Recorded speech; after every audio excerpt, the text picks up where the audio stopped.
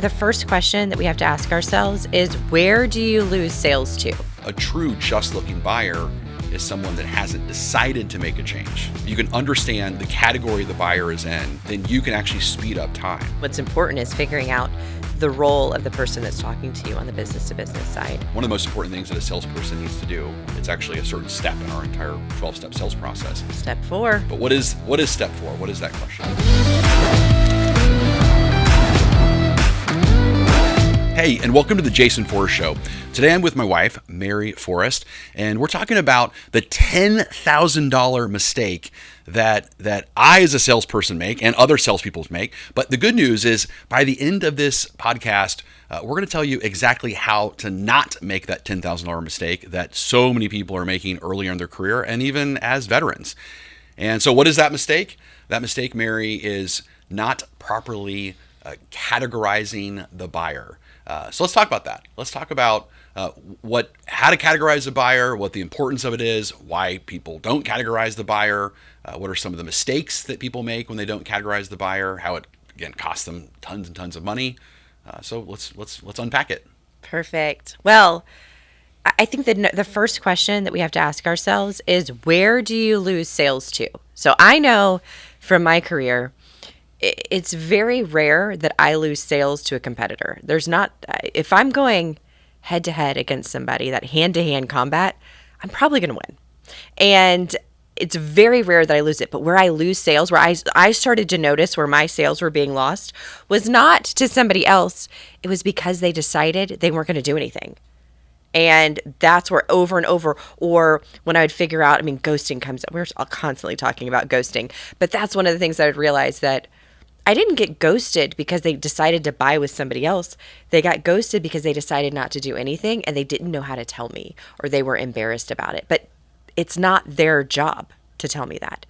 It's my job to figure out that what they're currently doing is still an option, and that's my competitor. And I didn't realize that my competition was what they were already doing for way, way too long in my career. And you're calling it the $10,000 mistake. I think you should call it like the billion, trillion, gajillion dollar mistake. Well, let's talk about that. So one of the things that we realized through our research was that there are these kind of three categories of a buyer, right? So let's kind of break down these three categories in kind of a broad stroke first, and then we'll kind of talk through what this means. So there's three categories of a buyer. So the first category is your true just-looking buyer. The second category is the overwhelmed buyer, and then the third is the torn buyer. Now, this is very different than what so many sales teams focus on with the ready, willing, able buyer or the A, B, C, D, E buyer. It's very different. Yeah, because most of those are just on time frame and whatever the time frame the prospect tells me. So like, I'm ready to buy now versus I'm like 3 months out or I'm a year out. It's completely different from that. It's completely different because their model is based upon the belief that the customer will decide when they're ready to buy and based on their time frame and based on their criteria. What our model is teaching is that time can be sped up based upon the decision that they're in. Correct. Right. So let's do that. So let's just break down each category. So again, we have the category 1, which is that just looking buyer. And this is the one that definitely had the buyer that hasn't decided to make a change. So it's the company that hasn't decided to leave their current sales training company, or hasn't decided to even train their people at all, or it would be just yesterday I was working with a customer that it's a law firm. And so for them, their category 1 buyers they haven't decided that they're going to not use ChatGPT and Google to figure out all their legal advice, that they're actually going to like outsource their legal advice, that they're going to do something different in order to figure out their contracts. So interesting. So this is a category 1 type buyer. What's interesting though, right, is that the common phrase that everyone says is, I'm just looking, or I'm just checking things out, or I'm just getting information. So that's what a person says. But what we're saying is a true just looking buyer is someone that hasn't decided to make a change.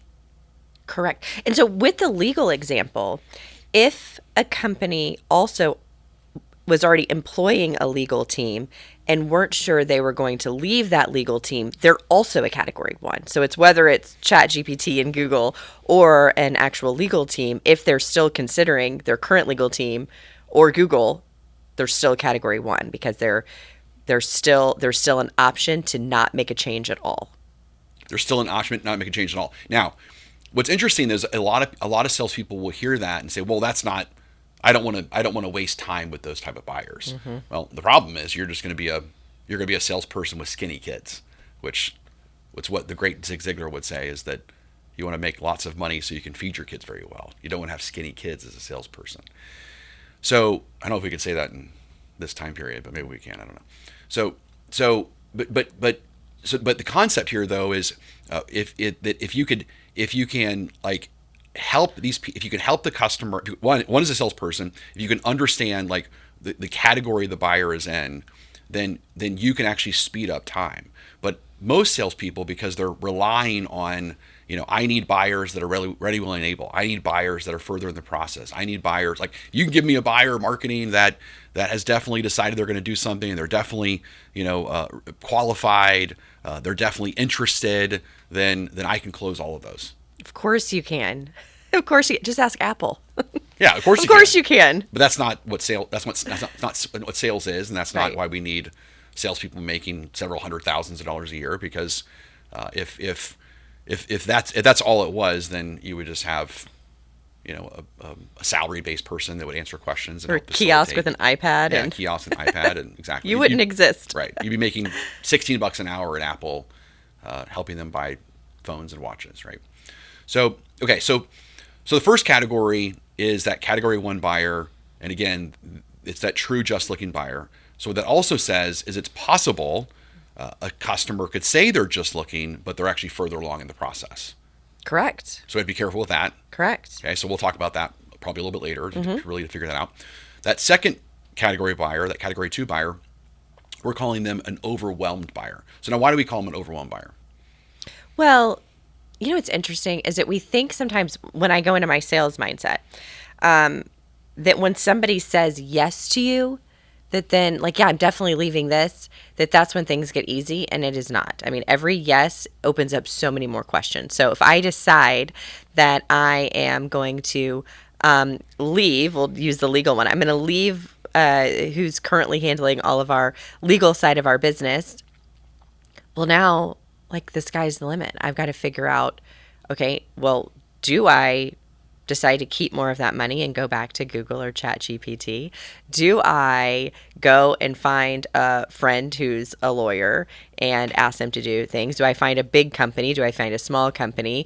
Do I do it in a fractional service? Do I have a full-time person? I mean, there's so many more questions that open up. Same with buying a home. I decide, okay, I'm leaving my current home, and that only opens up a million more places of where in the world am I going to live? And then once I pick a state and a city, what part of town do I live in? And then what type of home do I buy? Do I get a resale home in an established neighborhood? Or do I buy in a new community that's coming up? Or maybe I go in and rent for a while to figure it out. So renting's now on the an option for me. And do I keep with my same aesthetic of with the furniture that I've had in the past? Or do I go more modern or more traditional? Or do I buy a home that I can live in for the rest of my life that maybe has, is built to age in place and zero threshold? Or do I buy something that's large and has stairs and is very vertical? What direction do I go? So saying I'm leaving my house only opens up like 10,000 more questions. So I'm overwhelmed. So there's the overwhelm. Yeah, that's why we call them an overwhelmed buyer. And I love what you just said, because I 100% agree with that a lot of salespeople feel like it's like downhill once a customer becomes a category two, once they've decided to make a change, and you're not going downhill. You're just now starting a new hill. There's just a new hill that you need to now conquer, a new mountain you need to conquer that is just different. It's just a different mountain. Exactly. I wouldn't necessarily say one is easier than the other or one is harder than the other. It's just completely different. And it takes a different strategy. So that's a category two. So category one is that just looking, haven't decided to make a change. So obviously our goal is to convince them that they should make a change and they are unhappy with what they have and they should leave what they have. Then a category 2 is that overwhelmed. So now they definitely are going to do something, but they're overwhelmed with all of these options, the price level, the service level, just all kinds of factors that come into play, right? And so obviously our goal with them is we need to narrow it down for them. We need to make the 10,000 decisions they're about to make. We need to make them a lot simpler, and we need to create some sort of hierarchy of criteria that we would say in NLP to figure out, what's the most important decisions, and then we'll kind of go from there to kind of narrow things down. And then that leads us to the final category, the category 3, and that's the torn buyer. So they're torn between what? You and somebody else. This is the fun one. And this is where I think most salespeople, when you go to your traditional sales training that your company hosts when you're brand new, they usually give you some information on here is our competitive analysis against who else is in the market. And they want their teams and their sales professionals to know who else are people looking at. They bring up this name. What does that mean? And why are we better than everyone in the competition? And so it is that very end hand-to-hand combat. It's me versus somebody else. Who's going to win? And people are really good at this. But most of our buyers aren't coming in at this space. That's the tricky part there. That is the tricky part, yeah. And so a salesperson needs to be very flexible. One of our beliefs is the most flexible element in any system controls that system. And so they need to be flexible in the sense that the buyer in front of me is a category 3. And so with a category 3, my job is I need to get them to achieve resolution and force a compromise. That there's no such thing as a perfect offering. So what I am offering has pros and cons based on the service, based on the quality, based on the price that I'm charging, and our competition has a different offering that they're going to have to compromise on based upon the price, based upon the speed, based upon the quality, based upon the service. These are all just that's it, right?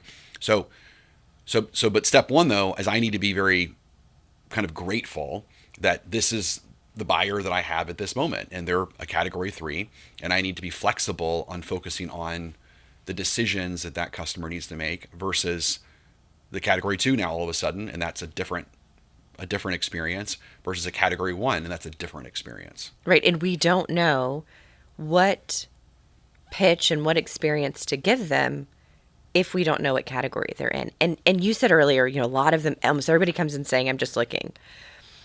And I think very quickly, though, after that, what I've seen and what I've heard from so many salespeople is then after the just looking, the conversation changes to be really category 3 language of, I'm also looking at such and such and I really like them. And so it's between the two of you. You two are my favorite.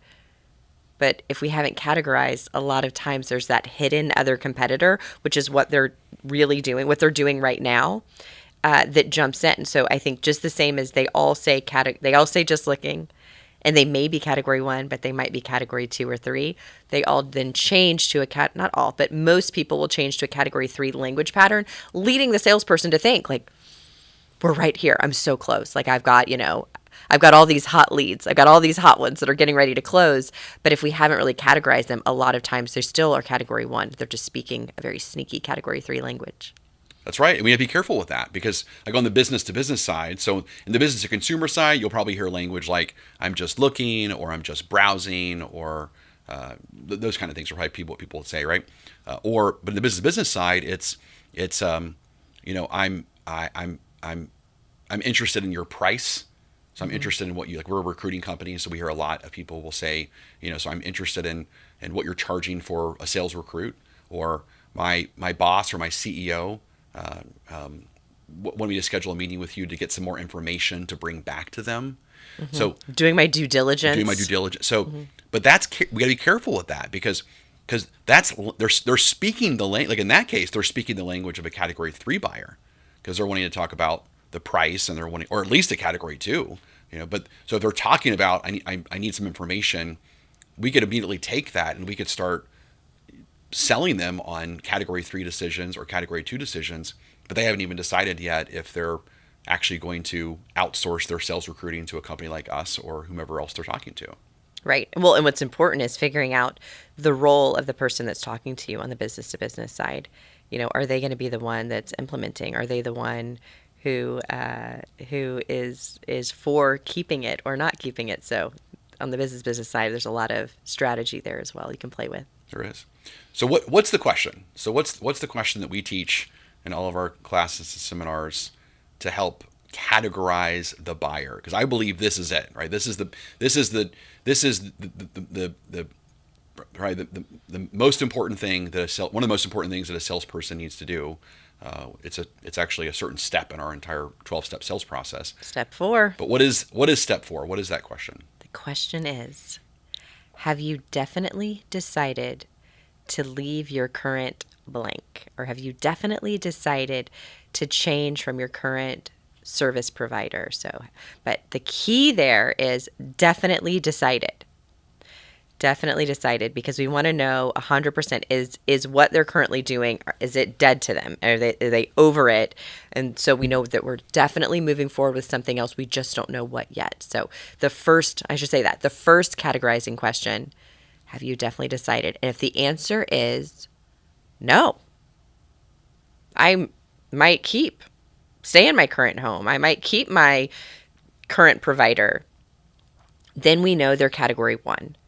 Which tells us we must first give them the experience and give them the pitch and have a conversation on, does it make sense for you to leave what you currently have?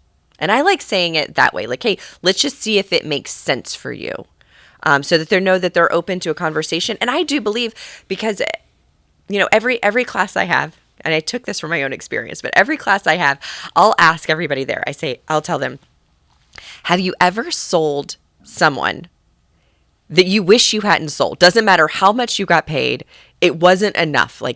Raise your hand if you sold somebody that you wish you could take it back. You'd give all the money back to not have sold them again. And 100% of every class raises their hand, unless they're brand new in sales. And I go, exactly. So I think it's good too, when we're saying it that way, it also helps moderate our state that staying with what you currently have might be your best option. And one of the things that I mean, we make fun of buzzwords all the time. We make fun of a lot of buzzwords. And one of the buzzwords, that we make fun of all the time is become someone's trusted advisor. Okay, great. I want to be trusted. I want to be an advisor. How in the world do we do that? Well, and the reason we make fun of it is because so many people state it and they don't tell you how to do it. They just are like, let me tell you why trust is good. Let me tell you why advising is good. Let me tell you, don't you want to be a trusted advisor? And everybody's like, yes, yeah, I'd love to. Just, can you tell me how to do it? And that's where then the speech stops and we all stand up and applause and the end of it.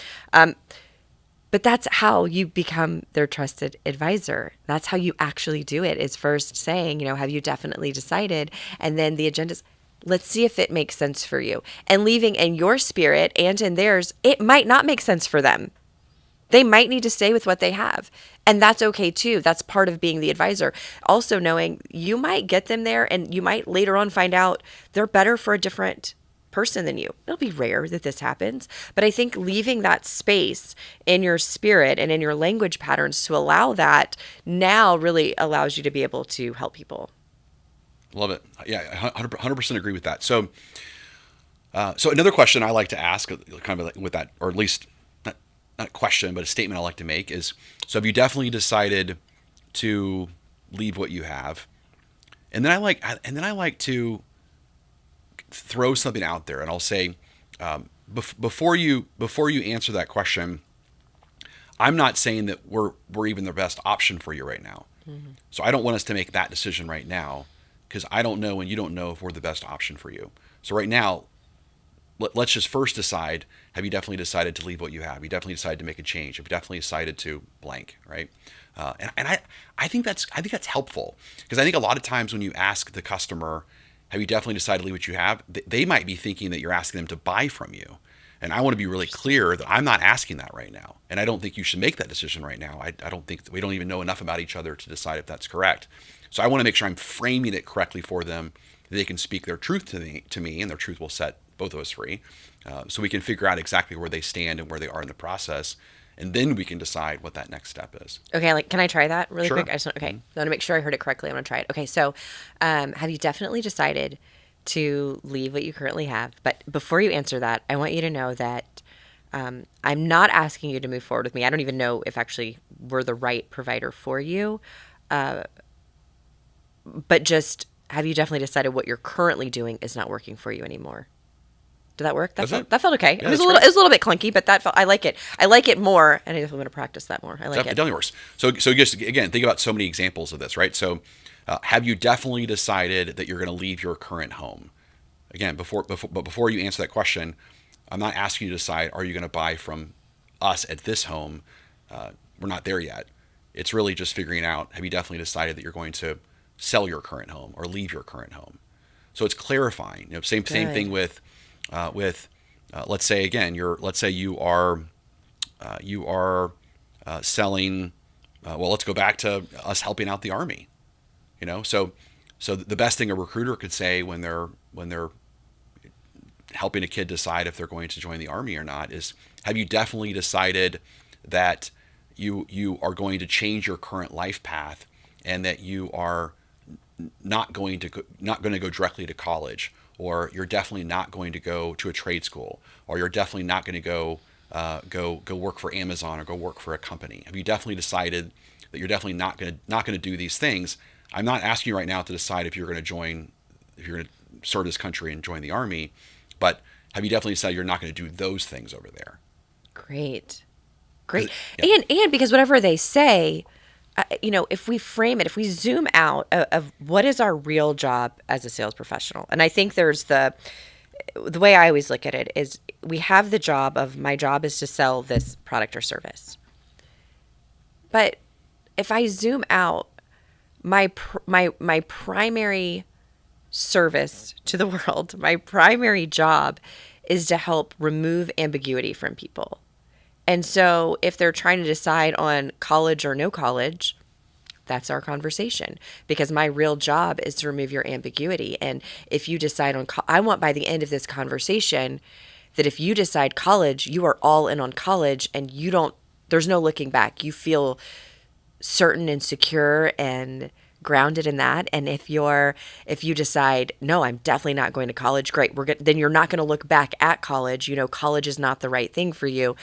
It's going to open up more questions now, but that's what I'm here for, is to guide you through each one of these and give you that certainty, so you're not living in this like back and forth ambiguity, causing anxiety, especially in our young people today. Now we have anxiousness, and then maybe I made the wrong decision. I'm still looking back at it because I didn't feel certain of the decision I made. And so now I've got some depression coming in and more confusion, and all of that becomes paralyzing for people. So I think our real job is to help people take that next step forward, whatever that step is. And that's okay. Whatever they're led to is okay, as long as it's the next right step for them. And that's our job as the expert in a certain field of questions for them. that's exactly right. And by asking that question that way, and saying, I'm not asking you to decide on us right now, I'm asking you to decide this instead, is that you're also applying what we would call warrior pressure versus pressure. So no customer wants to feel pressured to do something, and the reason why people feel pressure to do something is because they're out of rapport with the salesperson. So the salesperson is forcing them to decide something that they are not in the right mind space to decide. They're not there yet, and so warrior pressure is I'm going to stick with you to make this decision, and I'm going to put warrior pressure on you to be assertive and resolution oriented, because we need to make this, we need to close this door before we open another door. Good. And so that's that phrase of saying to them, I'm not asking you to decide right now of if the Army's right for you. It might be the Marines, it might be the Air Force, it might be Space Force. Who doesn't want to do Space Force, right? So it might be one of the other branches. We're not worried about that right now. We're just worried about, first, have you definitely decided that you're not going to go to college, or you definitely decided that you're not? So that is so much better, because it lowers that pressure from the buyer of, what are you really asking of me? And because I don't feel I'm equipped to answer, am I ready to serve this country, or ready to join the Army? Right. And I want to clarify too that when you say warrior, when we say warrior, We're talking about a balance of three archetypes, which is the leader, the protector, and the servant. And when you are leading somebody, with integrity and helping them take the next step, protecting them from making bad decisions or from self-doubt, or from, it might be doubt from other people that aren't believing in them that they can do it. And then serving them, serving their highest need, their highest interest, what's best for them.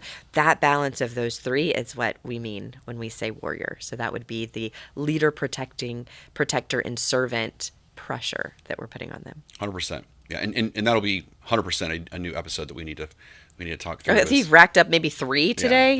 Those three archetypes it's an entire episode on that. So, okay, so let's go back though. So we've talked about there are these three categories of a buyer, and just to kind of button this up, I first started saying that the mistake that a lot of salespeople make is that they think their job is to only sell to the ready, willing, and able buyers. But what we're trying to prove, and we have proven through our programs, is that by focusing on the categories and where the customer is in the customer journey, and by resolving one category before you resolve the next, then you can actually make them ready, willing, and able. You can actually speed up time for them, which is what a salesperson's, of course, supposed to do. So that's kind of one big takeaway we got to get from today. And then the second thing, of course, we talked about was this idea of what's the question that we need to determine, or we need to ask to figure out what category they're in. And then so now let's go down the path of now that we've asked the question. So what do we do next? Good. Okay, so we've got to set an agenda. If it's category 1, have you definitely decided to leave what you currently are doing? And they say no. We say, great.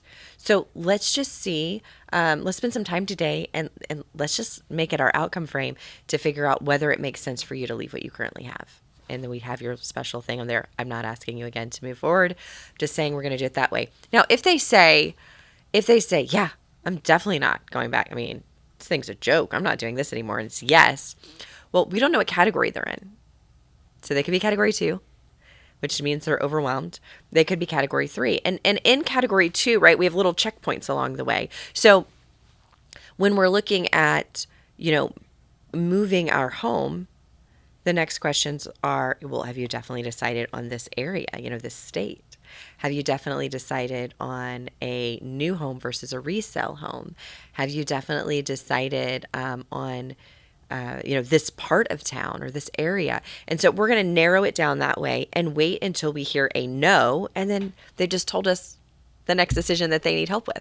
They've let us know, because we keep asking questions in order to find that no. And then we just say, great. So you don't know whether a new home or resale home is better for you? Let's spend some time talking about that and figure out which is the better option for you. You don't know whether you'd rather live in Florida or Arizona?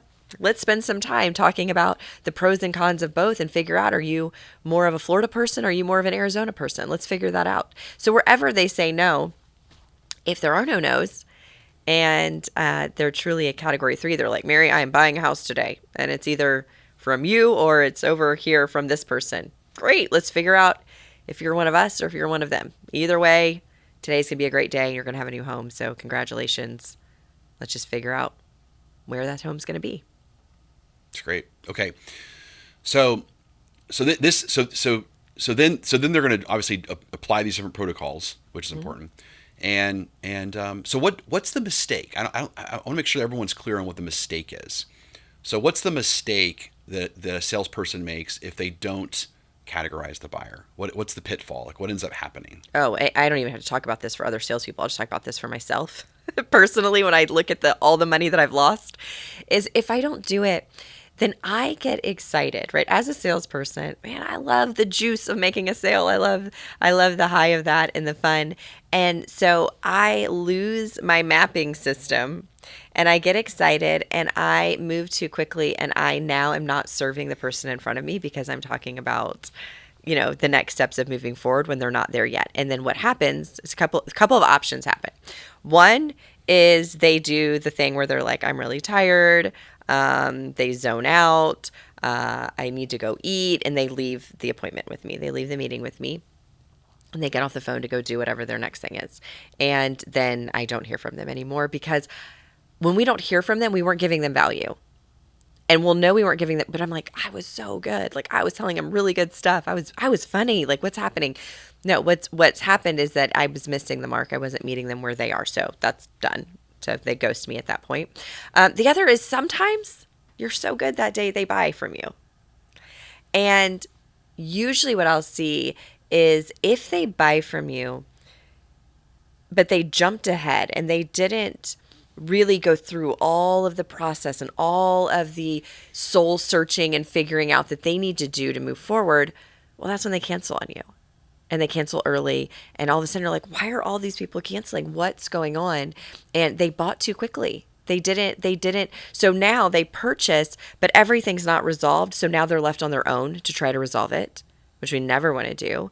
And it just becomes overwhelming again. And it's just easier just to back away. Yeah, it becomes like a to-do list for them. Oh, yeah. Yeah, which nobody wants more work. No one wants more work. Yeah, there's like two kind of examples that come up right now that I'm thinking about that makes me feel this way. Is you and I both love, and we love one of our shows we like to watch with our kids is America's Got Talent, or The Voice, or American Idol, those kind of shows, right? Mm-hmm. And it reminds me of Simon Cowell. He'll say, you just picked the wrong song. Your voice is great, but you picked the wrong song for either your voice or for the audience or for the theme tonight. It wasn't the right song. It could have been right if someone else was singing it, or it was a different audience. And I think that's very true with salespeople. I think they have great songs, but I think sometimes their timing is off, and they're using a category 3 message of, which we probably should get into, right? A category 3 message of, why you should buy from us, which is really what that category 3 message is. It's why buy from us. But that's not what the buyer's wanting to hear right now. The buyer's not wanting to hear why buy from us. They're wanting to hear why leave what I have, or why buy this, or why buy now. These are different messages that people need to understand. And then the second kind of story that comes up right now is I remember when our kids were really, really young, we would take them to like Dave and Buster's to go do video games, and I remember the kids are yelling at me, Dad, you're going too slow. We're driving one of those like race car kind of games, and you're driving too slow, Dad. But they're like hitting the walls, Mm-hmm. and they're wrecking.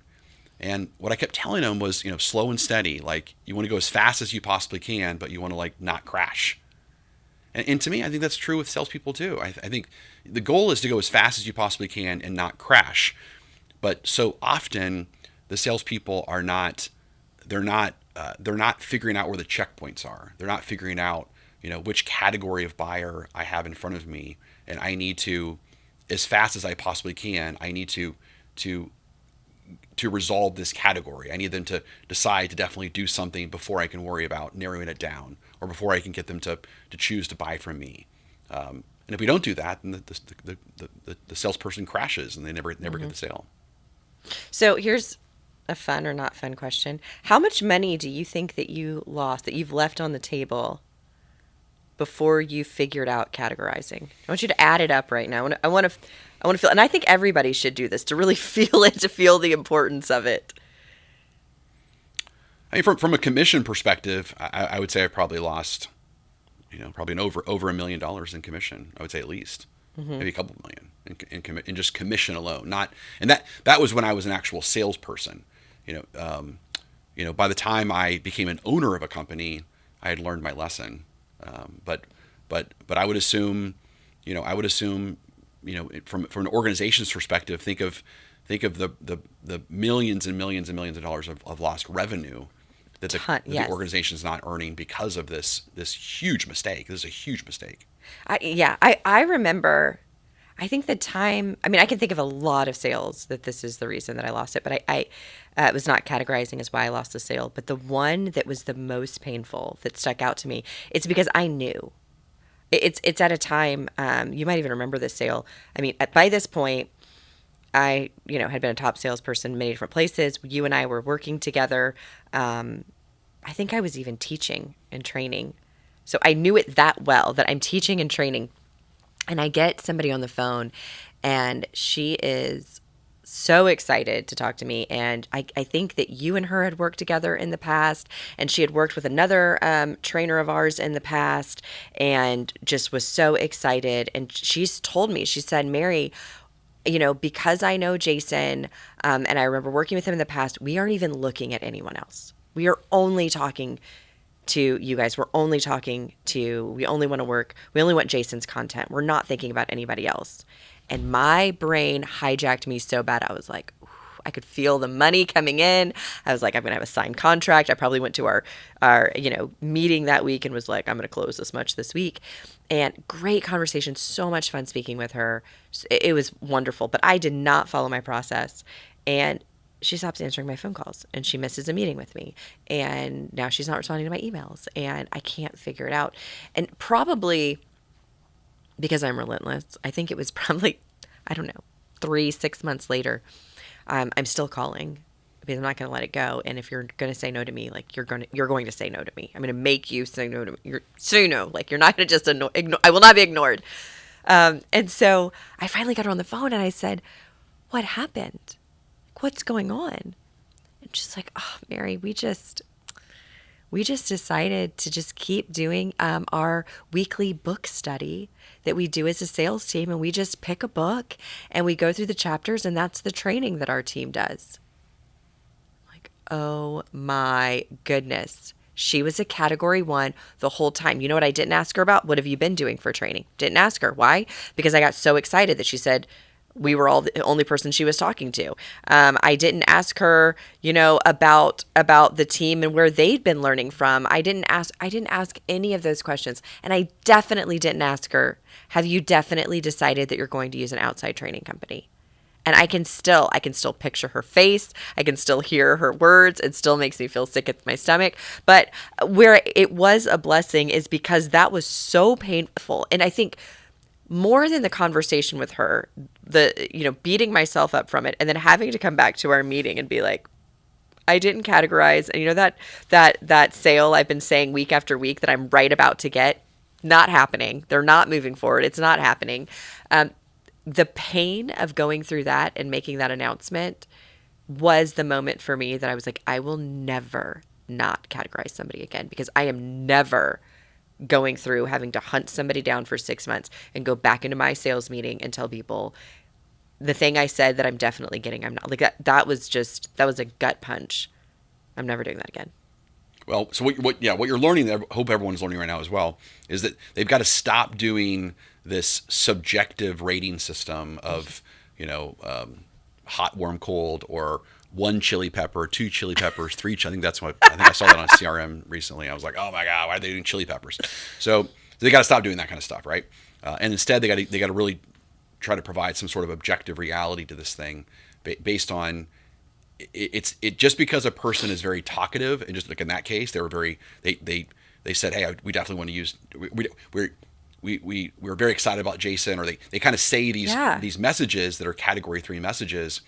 We can't just assume that that's the case. Well, and we have to be careful, because something else that I hear from salespeople sometimes is like, buyers are liars. And it would have been easy for me to say that in this situation about her, but she was not a liar. It was my job to categorize her. That's my job to take control of that. It's not her job to categorize herself to me. And the truth is, she did love your content. I mean, you've got, 9 books? At the time, I think it was 6. The next 6 books in the book study were your books. I mean, they were studying your content. It just wasn't in our program and in a commission that I was going to get at that moment. So she didn't lie to me. And I think that's the other thing, is always realizing if we weren't clear enough, if we didn't get clear enough information from a buyer or from a prospect, that's our job. That's your fault as a salesperson. And I think that's where it got to me so much, is it wasn't her, it was me. I messed it up. I didn't ask the right questions. I didn't follow my process. That was 100% my fault, which made it hurt worse. It'd be way easier to just be like, buyers are liars, she's the worst. But she's not.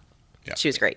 And what I really like about that is that when someone says buyers are liars, again, it's presupposing that their intention is to to lie to us, to do something evil or malicious to us, and that's exactly what they're not trying to do. I mean, sure, is there maybe one person that's trying to do that? Sure, but that's not the intention of the buyer. The buyer's job is to try to make the best decision, based upon the information they have that's going to solve their problems and improve their life, and they want to get there just as fast as we want them to get there.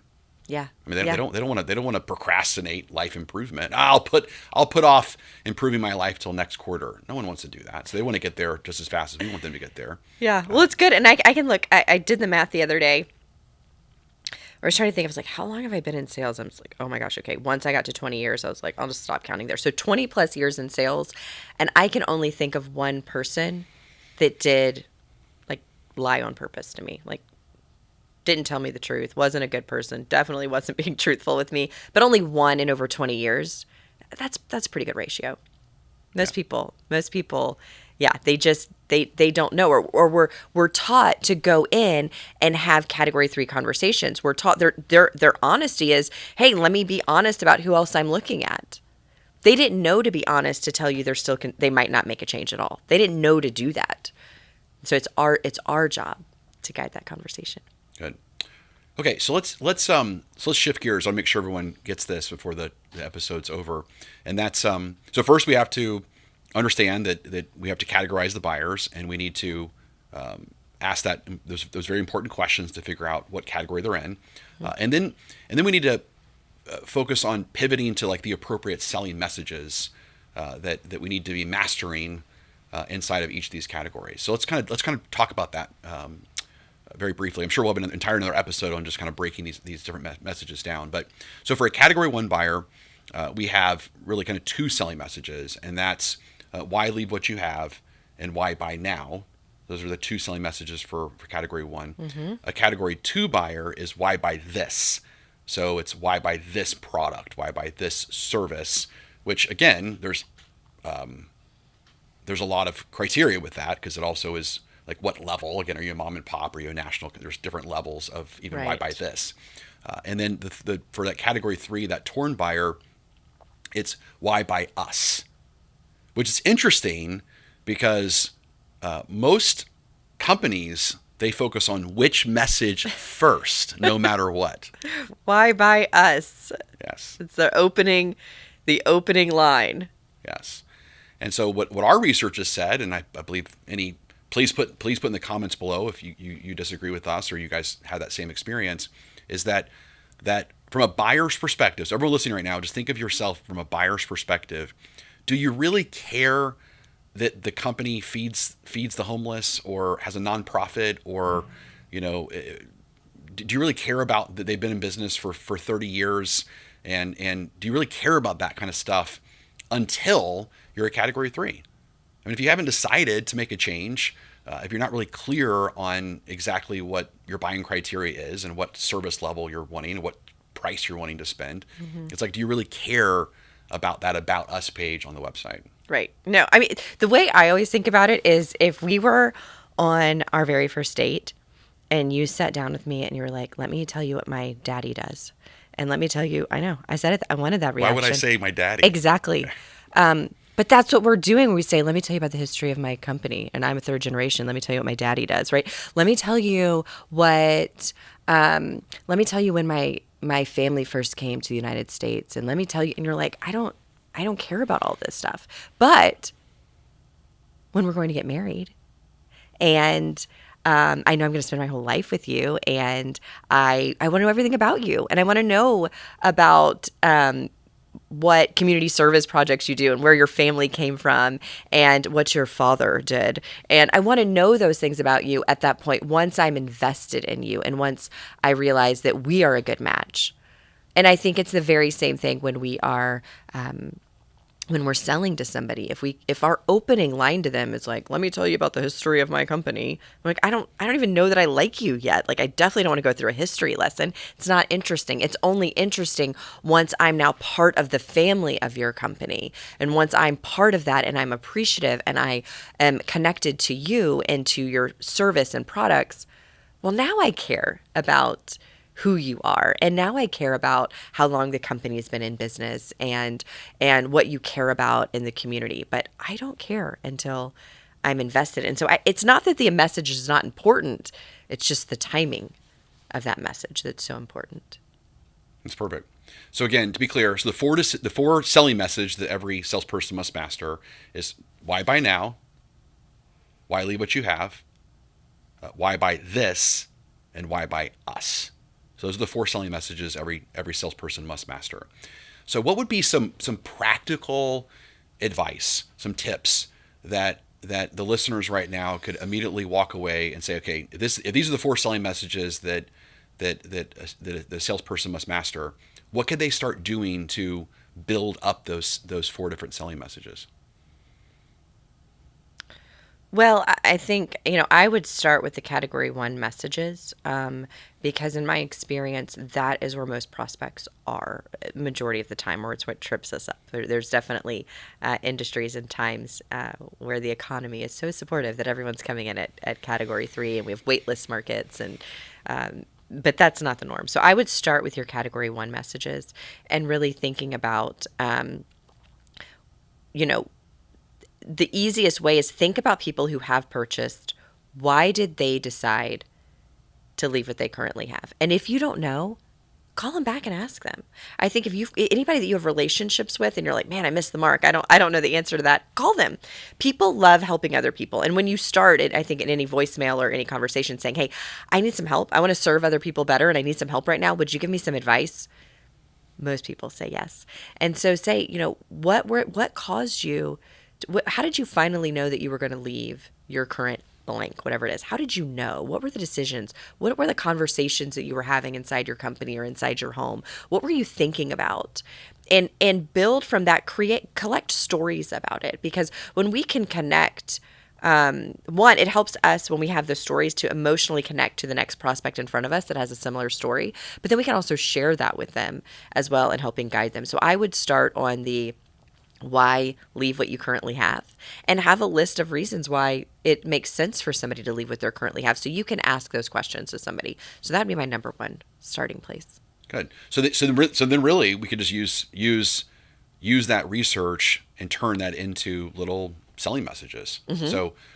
So Mr. Customer, I know right now that you're just struggling on, should you remodel your bathroom or should you not? Well, let me share with you some stories from customers that of like why they decided to remodel their bathroom, and let's see if any of those stories resonate with you. Right. And some of them, you could have some stories that from people that are on, they did it for all aesthetic reasons. That's perfectly reasonable. So let's talk about the aesthetic reasons and have stories around those.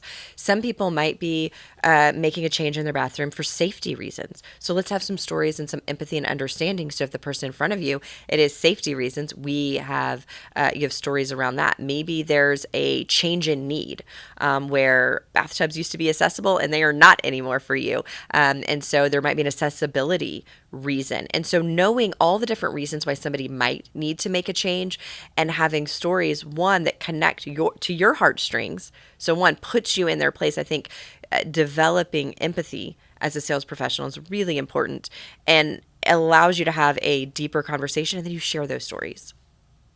That's great. Okay. So it sounds like that same protocol can apply to all of the selling messages, right? So it's first, let's just ask customers what made them finally to decide to remodel their bathroom or to leave their CRM provider or to leave their Excel spreadsheet and even consider using a CRM provider, right, or decided to sell their house or decided to whatever it was, right? Mm-hmm. Whatever that was. So it's doing the research, but then it sounds like we can apply that same protocol to the second and the third and the fourth selling message. So the second one is why buy now? So it's asking customers for example, an uncertain time, so what caused you to feel that it was a good safe decision, a good financial decision or a good safe decision in order to purchase during this election year or during this uncertain economy or during this time? So being as bold as just asking them that. Mm-hmm. Mm-hmm. And sometimes I think we're not as bold because we think like maybe they don't realize an election's coming up and we just like got the sale in there really quick. They know, like realizing they know they've made these decisions internally. So even if You've made a sale and you haven't hit every decision with them, which can happen. They might have had a great salesperson somewhere else that worked through a lot of decisions with them, and they show up at your door and they're ready to go. And so, okay, we'll still take the commission. We're lucky. So you might not know those answers. And so that's okay to just call and be upfront. And I think it's, when you're making those calls, just the logistics of those is have a three or less questions that you want to ask, and give them a number of minutes that you're going to take of their time, and ask for permission of that, and tell them that you need their help. Are you willing? Hey, I need some guidance. I need some help from a homeowner who's purchased recently, or for somebody who's purchased blank recently. So, do you have 10 minutes to help me out? I only have 3 questions for you. First one, hey, how did you make the decision to buy during an election year? Was that a thought process? And what were the conversations that you were having that I don't know about? And then just listen. That's great. So that applies on the first one, the first selling message of why leave what you have. Obviously applies on the second selling message of why buy now. So why is this a good timing, good economic climate, a good financial, personal financial decision for you? Why it makes sense financially. So then of course the third selling message is why buy this. So same thing. It's getting them to tell you, what was the decision factor that said this was the right purchase for them, from based upon what we're charging compared to other service levels. How did you decide to, starting just like how did you make the decision that you wanted a pool? And then how did you make the decision, what were you thinking about? What was the conversation that I wasn't present to about, using a big company versus using a smaller mom and pop shop? That's perfect. Good. And then of course the final selling message is probably the one that everyone is most used to asking, and that's figuring out, why buy us. So it's I know that you were looking at ABC option as well, some other competitor. I know you were looking at them, and so in the end, what was the deciding factor that said you felt most secure, most excited, most certain to move forward with us versus not go with them? And that's a question that we need to ask. We need to figure that stuff out, because that helps us create very specific, very relevant selling messages for our buyer. I think the mistake so often, which is still something we need to do, the mistake so often is we just create these assumptions of here's why a person needs to buy now, or here's why a person needs to leave what they have, or here's why a person needs to buy this or buy from us, and which we need to do. So the second thing I would encourage everyone to do is after they ask everyone, their buyers why they're doing these things, then they need to ask themselves, if they were in their buyer's shoes, why would they do it? Like, why do they think it's a good time to buy right now? Why would they? What would cause them to leave whatever they're currently doing and consider making a change? Why would they want to buy this product or service over, other similar categories that they could possibly do? Why would they want to buy from them specifically? Well, that's really good. And can you imagine how much the marketing department is going to love you when you come and say, hey, I asked my last 10 buyers why they picked us over blank, and here's all the answers that they gave. I mean, it's helping you, but I mean, just that now I'm going to use the trusted advisor line. Now you get to be a trusted advisor to your ownership, your marketing department, internally as well. Yeah. So they had to do the research, which is huge, because people want social proof. That's a big Robert Cialdini concept from his book Influence, is people they feel safe to buy what other people are already doing. So by you giving these testimonials of here's how other people made these decisions, and so let's see if this applies to you, that's huge. But by selling themselves first on why they would buy now, why they would buy this, why they would buy from us, why they would do that. What it also does is it creates conviction, and conviction I think is a really cool word. I remember the first time you were there as well, and Saunders' 16-year-old son, he wants to be a rocker, and so we're at this local restaurant that had live music, And so he wanted to go up on stage when the musicians were taking a break, and he wanted to see if he can play, and he wanted us to videotape him. And so of course he was a little bit timid. He was a little bit, he wanted to do it, but then he was like, "Are they really going to let me? Is it going to be okay?" And so I just said to him, I said, "Saunders, if you go up there and you ask with your belief system, it says, I want to play. Can I play? Can I have a chance? I won't make you look bad. Then I believe they're going to let you do it."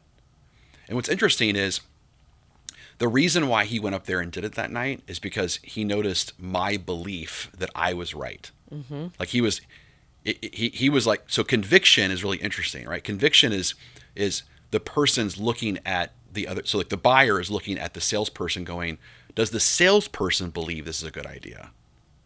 Mm-hmm. Which I think is an interesting concept. And I think a lot of salespeople, I don't think they have conviction. I don't think, so like when Saunders went up there, he wanted to make sure that I believed that he could not fail. That I believed that when he went up there, they were going to say yes, and they were going to let him sing a song. And so that's huge because the salesperson, they need to be convicted that this is the right time for a buyer to buy, based upon certain criteria. They need to believe that based upon certain criteria, a person should leave their current situation and should stop doing what they're currently doing, because what they're currently doing is a disaster. And they need to believe that. And they need to believe that based upon certain criteria, that the buyer should buy this, whatever this is that they're selling. And of course, they need to believe that based upon what they are charging and compared to the competition, that the buyer should buy from them if they're looking for certain things that the company has that the competition doesn't have. Right. Well, and I think let's use that interview concept again for this one. So if you find yourself as a salesperson who doesn't believe, you don't believe that somebody should, that you think your product's overpriced, you think you aren't a believer that you would buy your product, then you need to go interview. You can go interview your boss. You can interview the owner of the company. Say, tell me, how do we get to our pricing? What are we doing here? Explain to me why this is a great time for people. That's okay. That's a fair thing to go to convince yourself first. And I can think about this before when I remember being a terrible salesperson when I had the event company. And one was a bride.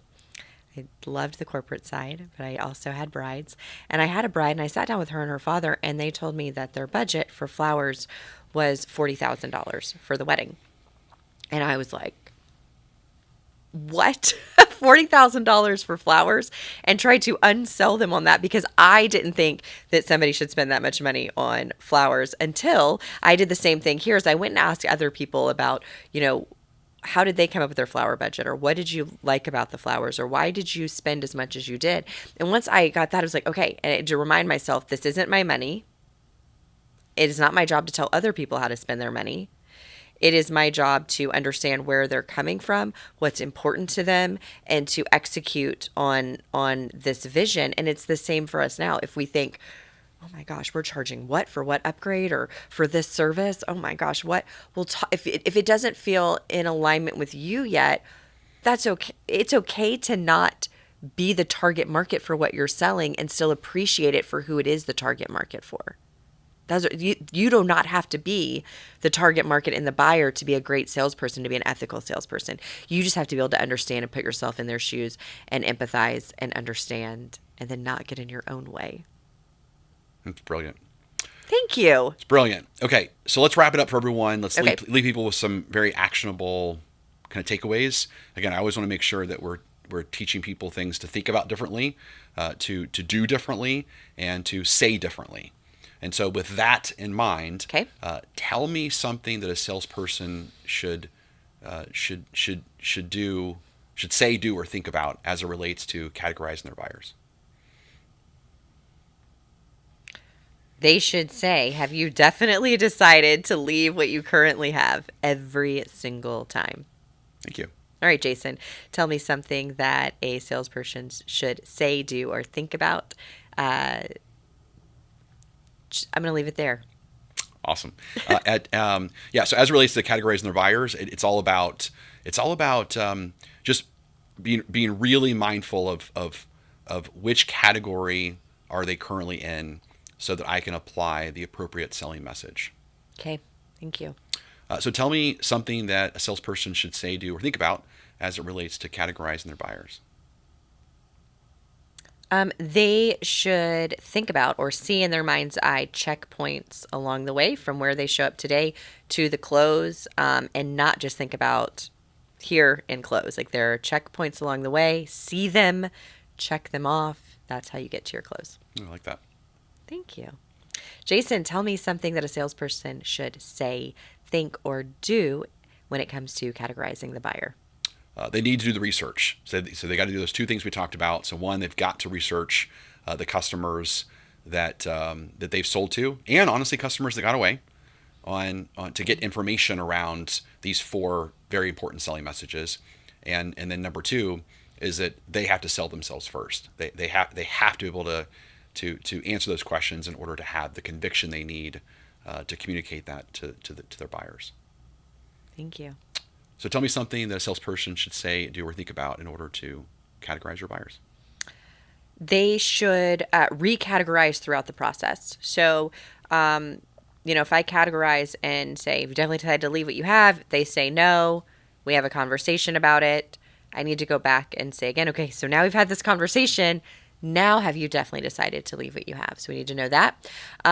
We also need to recategorize every time they come back with us, because sometimes new information or a new person or a new option shows up after they've left us. And so don't assume that they're still the same category.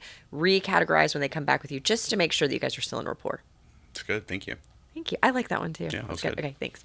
Okay, so Jason, tell me something that a salesperson should say, think, or do when it comes to categorizing the buyer.